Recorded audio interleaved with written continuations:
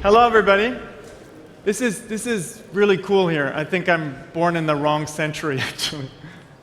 So, who of you has ever written a business plan? Put your hands up. Okay? Who of you has spent more than, let's say, a month to write a business plan? Come on, be honest. Okay? You wasted your time, right? You know that. Okay, you wasted your time. Now, who of you in your business plan has done something like this? If you look up there, drawn this kind of curve, right? Who's done that? And who's invented the numbers? We all know, this is intellectual masturbation, right? Okay? I needed something to wake you up, so I thought that'd be a provocative term. So today we know that business plans don't work, okay? So that's not how we do entrepreneurship. I'll talk a little bit about how we do entrepreneurship today, and many of you are already practicing this. So the first thing we need that we're going to look at is a better language to discuss business issues. And one of the things that we introduced in business model generation is the business model canvas. So I'll see if I'm going to talk about this, but who of you has never heard of the business model canvas? It's fine if you... Who of you has used it already? Okay, so I'll actually quickly introduce it because we'll use that as a starting point for a new canvas that we created just a couple of months ago, a couple of weeks ago. The second thing that's important when we do entrepreneurship is we don't just stick to one idea, but actually we should do prototypes. Prototypes exploring very different alternatives, different possibilities. Maybe a business model that has high switching costs, a business model with recurring revenues, not just transactional revenues, a business model with no fixed costs, just variable costs. So prototyping is the second issue. Let's see if you can see that. And the third one we're going to look at, the third one is what we now know in entrepreneurship is really important and more important than any business plan. It's not sticking to the first business model, but pivoting, iterating through different business models, right? So you get out of the building, to quote Steve Blank, inventor of the customer development methodology, you want to test, you want to test, you want to test, okay? These three things is what you need to do real entrepreneurship. And this is increasingly being taught around the world in startup schools and incubators and in accelerators. This is how we do it today, right? So what we're going to do to this business plan, since I just crossed it out, we're actually going to burn our business plan, okay? Don't ever do a business plan again, okay? This is burning. Burn your business plan, okay? If you wrote one, go home and burn it. Go to your office and burn it. Feels good, I promise you. So let's look at the first thing. Since all of you know what the business model, many of you know what the business model canvas is, I won't show you an introductory video, I'll just show you the canvas, okay? And what's important here, when we came up with this tool to describe business models, we were trying to figure out what are the most important decisions you make for your business logic, for the blueprint of your strategy. What are those most important questions? And we came up with 9, from the customers, to the value propositions, the channels, all the way to the partnerships and costs and revenues, right? So you want to look at all of these. Now what's really important is that you don't just talk.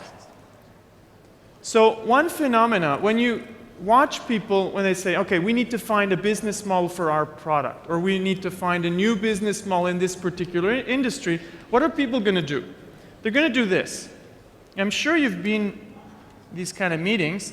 You have 5 smart people around the room, or let's take 4 smart people around the room, around a table in a room, and somebody starts talking. Blah, right? Blah, blah, blah. If you don't use the language like the business model canvas, you won't understand each other, right? Next person's turn. Okay, blah. Oops. This is what you call blah, blah, blah. Ever been in a meeting like that? Right? Okay, let's burn this one as well. A lot of fire today. Okay, a lot of fire today. So what you really want to do is you want to take tools, and the business model canvas is one. You can choose whatever you want. We figured out that this is one that really works. You want to sketch out the different pieces of your business models. Which customers are you targeting? Sticky note. What are you offering them? Sticky note. How are you reaching them? Sticky note. How are you earning money from them? Sticky note. And here's the big idea. It's not about the individual pieces. It's not about the revenue streams alone. It's not about the channels alone. It's about how the thing fits together to create a story. The story of how you are going to succeed with your business, maybe disrupt the market. So again and again, I see people, they would put up a sticky note in revenue streams, and they would have no customer paying for that, and it wouldn't come from a value proposition that they're paying for. That seems crazy, no? Trivial. Somebody would put a sticky note there. Yet I see again and again, startups, senior executives that would fill up that box revenue streams with a lot of sticky notes and say we're earning money from this, without describing what's the value proposition that the customers are paying for. Now, when you think about everything together, that's when you will never have a sticky note that is disconnected from the rest. So let me give you an example. It's my favorite one. So I'm a big espresso fan. So I'll show you a little example. Let's see if this actually works. Whoops. Give me a second. We're going to talk about coffee for a second. And I'm going to use here numbers from Switzerland very quickly. Because this is a business model with a story. It's not just a collection of individual pieces. And I'll talk about coffee for a second, and some of you might have seen this on YouTube because it's my favorite example. I'll use data from Switzerland. How much do you think do we pay less or more for coffee consumed at home in Switzerland? What do you think? 20% less, 20% more? What would your guess be? More? Okay, how much more? 30%? 70%? Okay? This is a commodities business, right? You go to the supermarket, you have a lot of different choices of coffee.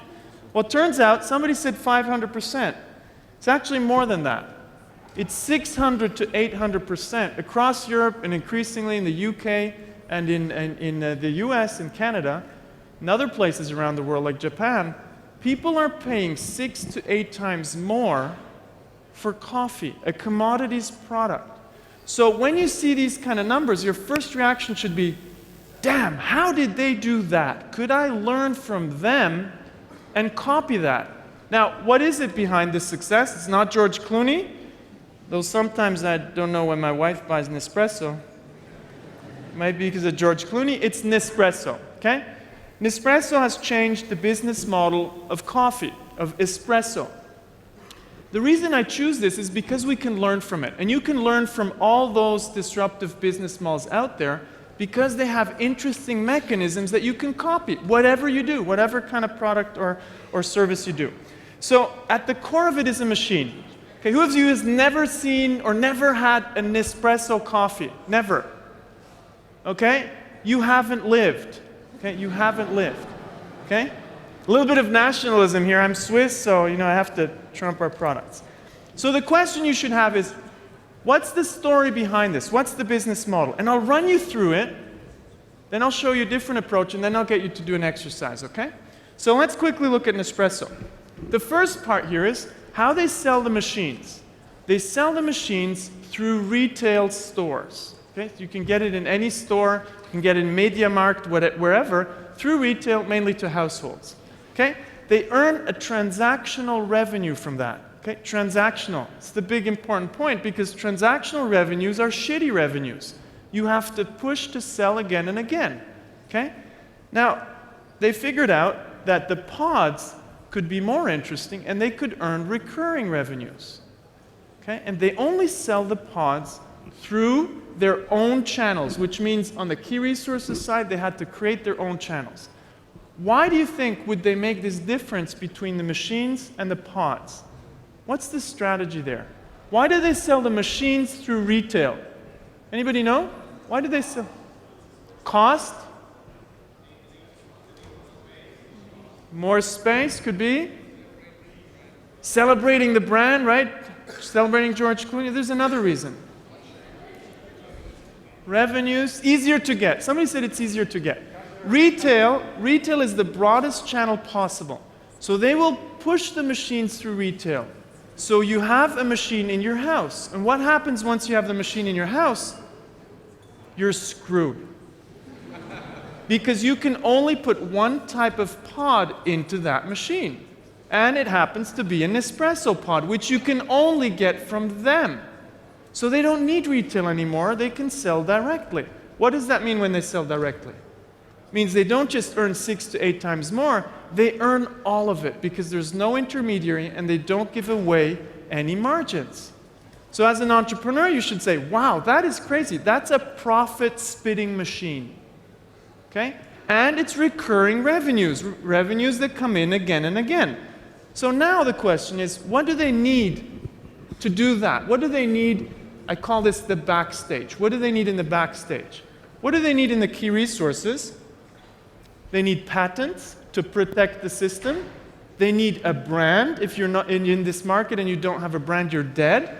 They need coffee, obviously. Seems trivial, but they need good coffee because it's a high-end brand. And they need production facilities to churn out 12 billion pods every year. Okay? Then key activities, business to consumer distribution, marketing, right, hiring George Clooney, and the production of the pods. And then very quickly you get the costs. So what's interesting here is you have all the pieces that make up for their success. Okay? This is a story that fits together. Recurring revenues, switching costs, all very interesting characteristics that you can design into your business model, okay? Because it's the business model here that makes the difference, that turns them into an insanely profitable company. If they just sold the machines, the pods through retail, it wouldn't make as much profit. And more importantly, run you through the results, fastest growing business still in the Nestle group, biggest food company in the world, 30% growth rates per annum over a decade, about $4 billion US in revenues. But here's the big learning point for all of us. When Nespresso started out, they had exactly the same product, okay? Same product, machine and pods. Their first business model almost brought them to bankruptcy. Okay? They almost went bankrupt because the business model didn't work. The business model didn't work. Looked like this. They were doing a joint venture. This was a startup inside Nestle. They did a joint venture with machine manufacturers, and they were trying to sell the pods through the machine manufacturers, sales force, through their sales force, to offices. Two things were wrong, which they could have learned if they had tested their business model. The people in the offices were not interested, and more importantly, the sales force had no incentive to sell these machines. So the business model did not work. Okay? That was the difference between success and failure. So I know by experience that many of you are insanely focused on your product or your value proposition. Great, but you know what? That's just one piece of the equation. If you just focus on a great product or value proposition, you might miss out on success or failure, or insane profits and mediocre profits, between growth and no growth. Okay? So what you really want to do is both. You want to understand both. It's not either or, it's and. I think insanely great products only gives you the right to compete, doesn't give you the right to succeed. Insanely great products is what we all expect today. That's just the ticket to compete, okay? It's not the ticket for success. So let me just show you one video, and then I'll show you another approach and we'll get to work, okay? Little video to finish off the business model canvas. And then I'll show you a new approach that you probably haven't seen until now. Okay, so the business model as a theater. Let's see if this sound works. Okay, Okay, up a bit more. Great, back to school. By now, you probably know the business model canvas pretty well. With 9 basic building blocks, you can describe any business model in a more tangible, holistic, and visual way. To better understand the dynamics of the business model canvas, we can use the metaphor of a theatre. Imagine the right-hand side of the canvas as the front stage of your business model, just like the front stage of a theatre that is visible to the audience. The front stage is where you interact with your customers, clients, and users. Like in a theatre, if we go behind the curtains, we end up backstage. The backstage of your business model is what makes the show in the front possible, but most customers won't see who's back here or what they're doing. The front stage is what represents value to your customers, clients, and users, and what they're willing to pay for. The backstage makes it all possible, and it drives cost. At the end of the day, the equation is pretty simple. A sound business model requires your revenues at least as big, and hopefully much bigger, than your costs. That outcome is called a profit. Okay, now so you've got a handle on the business model theatre, will you be able to put on a show? okay, so it's pretty simple, right? Business is as simple as this. The financials at the bottom are an outcome of what you do at the top. 9 blocks that define your success. Now, I figured out that people are still very much in love with products and value proposition. So I thought, you know what? Let's give users, startups, senior executives an approach to better describe one of the blocks here, the value proposition. So let me switch back here to my little drawings. Let's pick this box and figure out if we could better define value propositions. So not just products, not just a bundle of products and services, but could we figure out what do we map out when we describe a value proposition before we make one? So I want to do a little exercise with you before I get you to work. Work in groups of 2. I call these buzz groups. Turn to your neighbor on the left or right-hand side and discuss for 2 minutes what a value proposition is, and then write down your definition, okay? Write down what a value proposition is. What's a value proposition, okay? 2 minutes, write down your definition. Let's do this together. Let's do this together. Let's do this together. So first I'm interested, before I ask you what a value proposition is, I get some definitions here. Who of you just talked and didn't write anything down? You just talked and you didn't write anything down, okay? You are all in the world of blah, blah, blah. That's fine. Not very ambitious, but that's okay. You're in the world of blah, blah, blah. Who of you put down a couple of bullet points what goes into a value proposition? Just a couple of points, or wrote a definition. Okay, fine. Not bad. Good start. Who of you made a diagram? Too bad, because I have Swiss chocolate with me. Good behavior gets rewarded, but since nobody has proven me they have a diagram, I'm going to have to eat these boxes myself, okay? And then I'm going to have to go running to get rid of it again. Okay, so too bad, okay? What you want to do is get out of this world of blah, blah, blah. So when you talk about products or value propositions, it's not enough to just talk. What you really want is some kind of method that allows you to sketch it out. Because when you have a visual method, like the canvas, for all your business discussions, I'll promise you you'll have strategic conversations. So let's do this. Let's take the value proposition, and we're going to take something else, in fact. We're also going to take the customer segment, and we're going to describe those in a map, in a canvas, okay? So we're going to take these 2, and we're going to make a map for a customer segment and the corresponding value proposition. And if we make that map, in fact, what we're doing is we're sketching out the problem-solution fit, if you want, okay? So let's take customers first, and I'll draw here. Anybody know what this is? It's a customer segment. Very good. Somebody has good visual thinking skills. Okay, you want to describe 3 things when you sketch out the profile of your customer. 3 things is a very good start. The first thing you want to sketch out is what jobs are customers trying to get done? What are they trying to get done? Okay? Are they trying to find music, install music, steal music? What is it that they're trying to get done? Then, related to that, you want to figure out, related to those jobs, what are the customer's biggest pains? Okay? Okay, turn your phones on, by the way, but tweet how good this session is if you have your phones on. Okay, please, please. Okay, your biggest pains. What could a pain be? Installation, finding music if you're looking for music. Describe all the biggest customer pains, the things that turn off a customer, the costs, time, budget, anything that pisses off the customer. Then on the other hand, you want to describe the biggest gains. What does a customer expect or desire when it comes to these jobs? So if you take a telephone, okay, what do we expect from a telephone? Number one, we expect that we can make a call, which Apple didn't get right for a while, okay? That you want to make a call with a phone.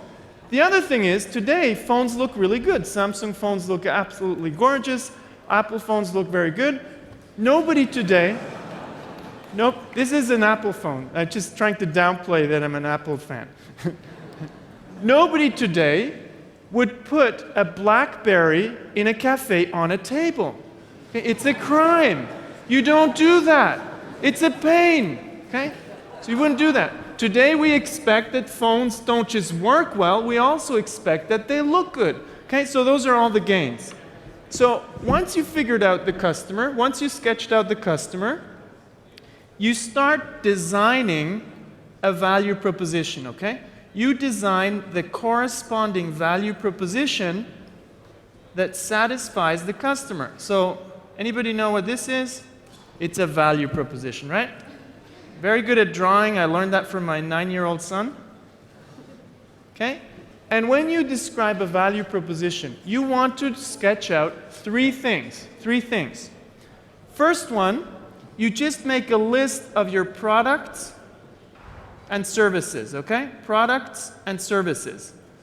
If you are Apple and you're, selling the iPod, products is the iPod itself, is music, movies, and the service would be iTunes and iTunes Store, okay? So you just make a list of that. But here's where it gets interesting. Now you describe how do your products and services kill pains. So this is, what is it? Clearly visible. Come on. It's a painkiller. Everybody got it right. Perfect. Okay? So you're going to describe how do your products and services kill pains, because you describe the pains over here. Hopefully, your product or service addresses some of the pains that a customer has.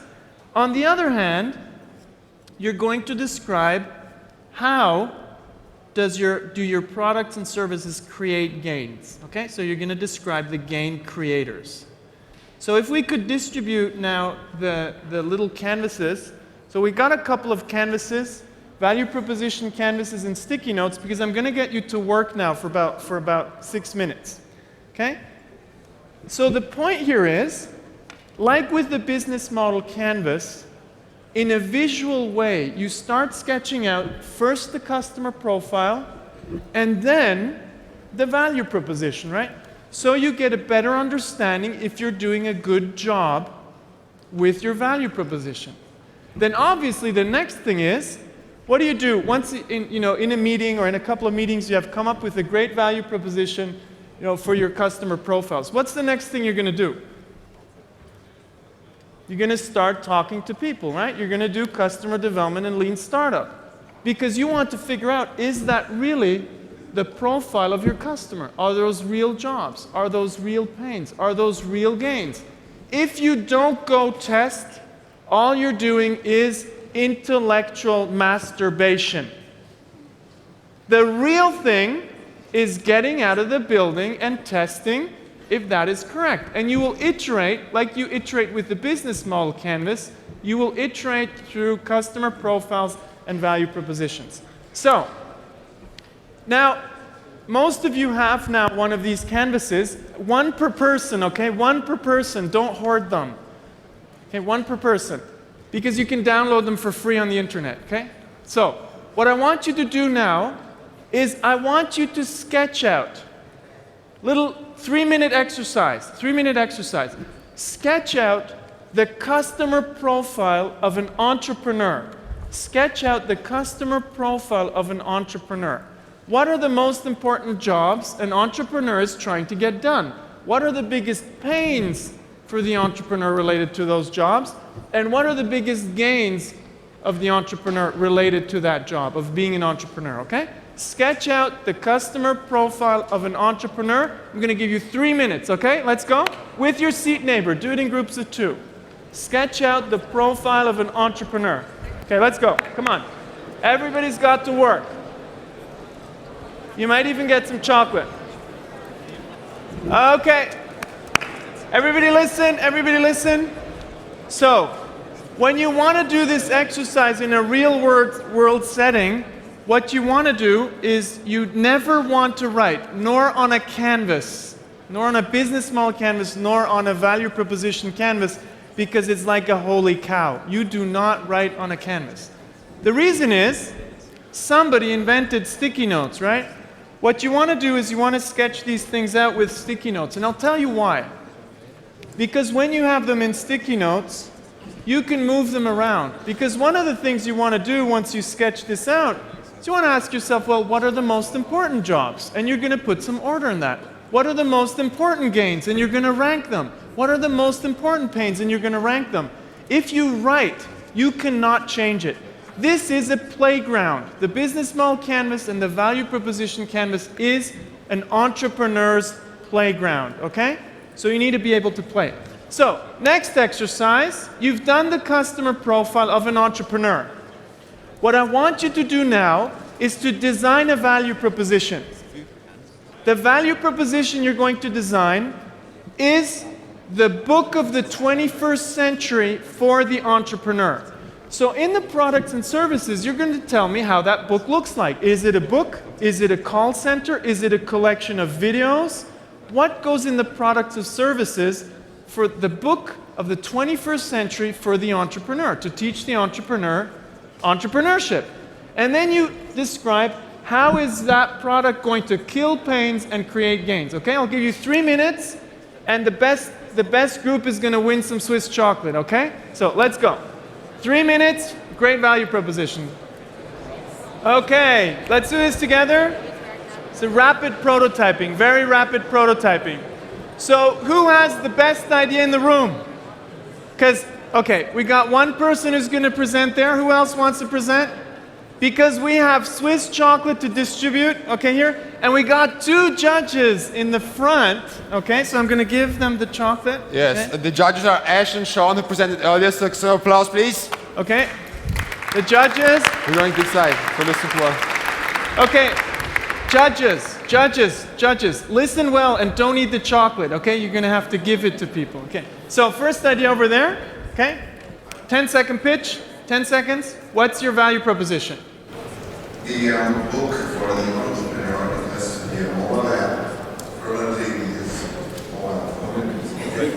It has to be interactive. Okay. It has to have short videos, audios, articles, whatever, and it has to learn him as he's doing business. Okay, thank you very much. Excellent. Okay. So, second pitch over here. Still writing, okay? Great. Did you hear the first idea? This is now the second one? Yeah. So it's like a shared space for communication. It doesn't have to mobile phone, it's like by phone or forum, but it has to have people like me, like the and who can answer. Okay. So in all the forums, ask questions, like ask questions and answer. Okay. Share ideas, share about how to do it. Okay. Okay, thank you very much. Excellent. Okay, one more over here while filming.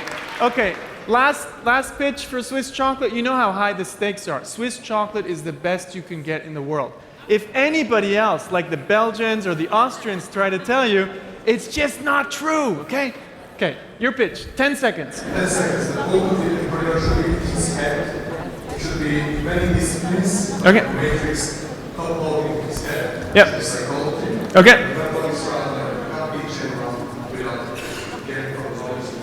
Okay. Multidisciplinary. Excellent. Great. Thank you.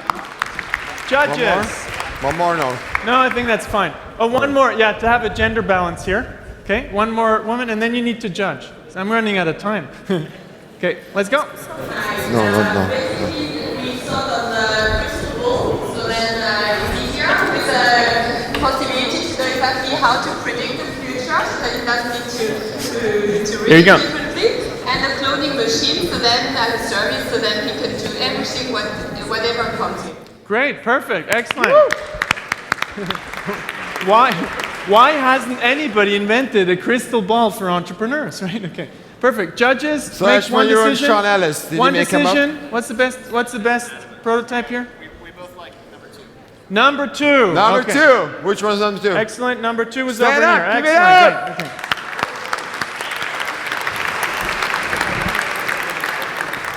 Okay, so get the chocolate, yeah? Get. Don't be shy.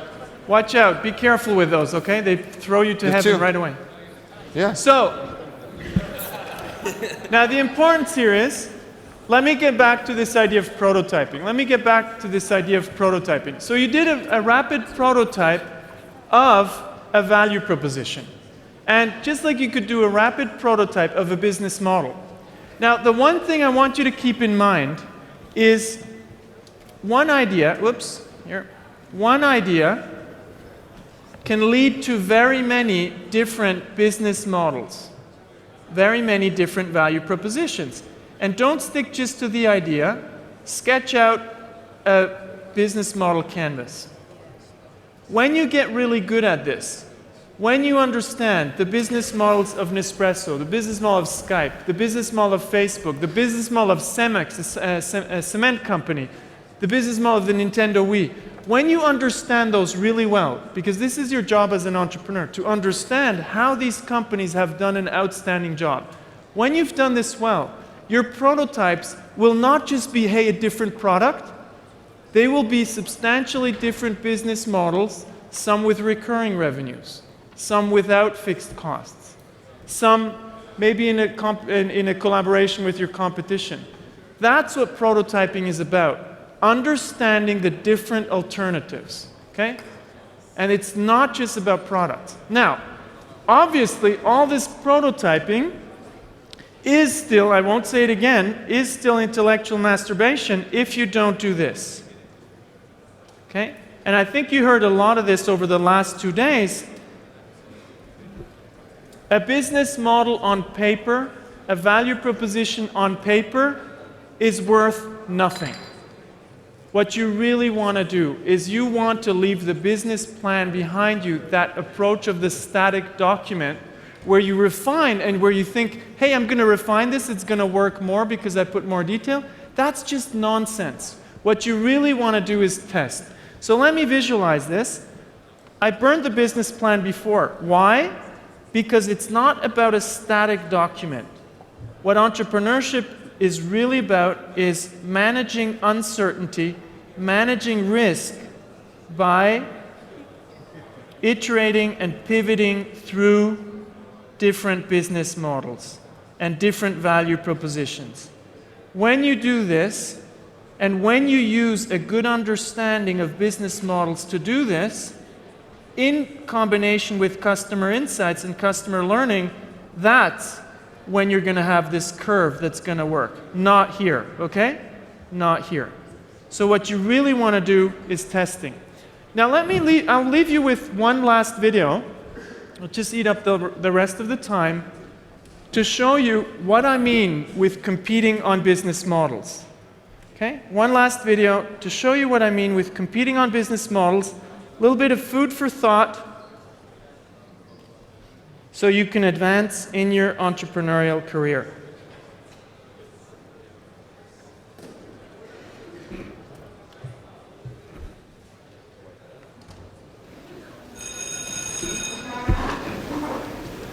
Some of today's most successful companies understand that the competitive game is increasingly playing out between superior business models, in addition to the traditional battle between new products, technologies, and services.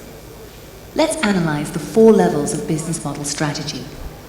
The first level is what we call a level 0 business model strategy. Companies that focus mainly on product, technology, and related services are at level 0. The best of them build great value propositions with a strong product market fit. The companies that compete mainly on better products and value propositions are often oblivious to the fact that they could outcompete others by combining their products with a better business model. Let's call this group the oblivious. Companies that just start to understand the importance of competing on business models usually perform level 1 business model strategies. They use the business model canvas to ask themselves which customers they're targeting, how they're reaching them, how they're acquiring them, how they're earning money from them, what resources, activities, and partners they need to do that, and what's the cost structure. Organizations at this level understand that they need to look at the entire business model and its components, but they use the business model canvas more like a checklist. Let's call these companies the beginners, who understand that products and technology are not enough. They've taken their first step towards competing on business models.